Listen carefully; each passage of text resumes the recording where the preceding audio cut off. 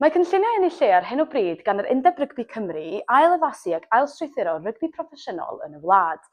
Erbyn 2027, maen nhw'n bwriadu newid y system bresennol o 4 tîm rhanbarthol i 3. Bydd y timoedd yn cael eu penderfynu ar sail eu lleoliad daearyddol. Maen nhw eisiau un yn y gorllewin, un yn y dwyrain ac un yma yng Nghaerdydd, gan olygu bod y gweilch a'r sgarlet mewn peryg mawr o gael ei golli.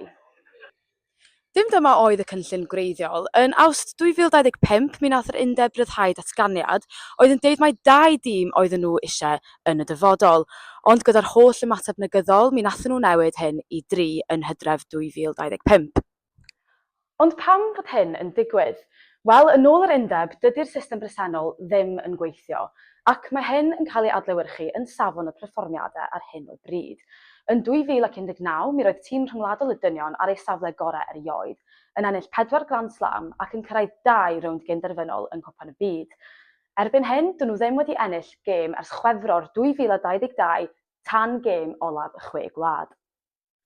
Yn ôl cadeirydd yr Undeb, Richard Collier-Keywood, ni fydd y gweilch a'r sgarlet yn cystadlu yn erbyn ei gilydd, ond mae nifer yn anghytuno, gan gynnwys cyn-chwaraewyr Jonathan Davies. Ac gyda Richard yn camu lawr yn ddiweddar, mae'n codi cwestiynau a yw'r pobl cywir yn cael eu penodi i wneud y penderfyniadau mawr, ac allwn ni ddibynnu arnyn nhw i benderfynu dyfodol rygbi Cymru. Mae'r cynllun yn cael llawer o feirniadaeth gan eu cyhoedd, gyda nifer yn credu bod yn dewis lleoliad daearyddol dros perfformiad y gêm. Dyma oedd gan Charlie Thomas i ddweud. Wel, i fod yn hollol onest, so fe'n edrych fel mae'r Undeb yn actually helpu unrhyw beth. So nhw'n gweud wrth unrhyw un beth sy'n digwydd ar y sefyllfa. Bydd llai o cyfleoedd i pobl yn llefydd fel Abertawe os mae clwb fel yr Ospreys yn mynd. Enwedig os maen nhw'n edrych at mynd y rŵt o chwarae rygbi proffesiynol. Bydd lot llai o plant yn tyfu lan eisiau chwarae rygbi achos mae'r opsiwn yna yn mynd i goelio gêm Ospreys ddim yna nhw.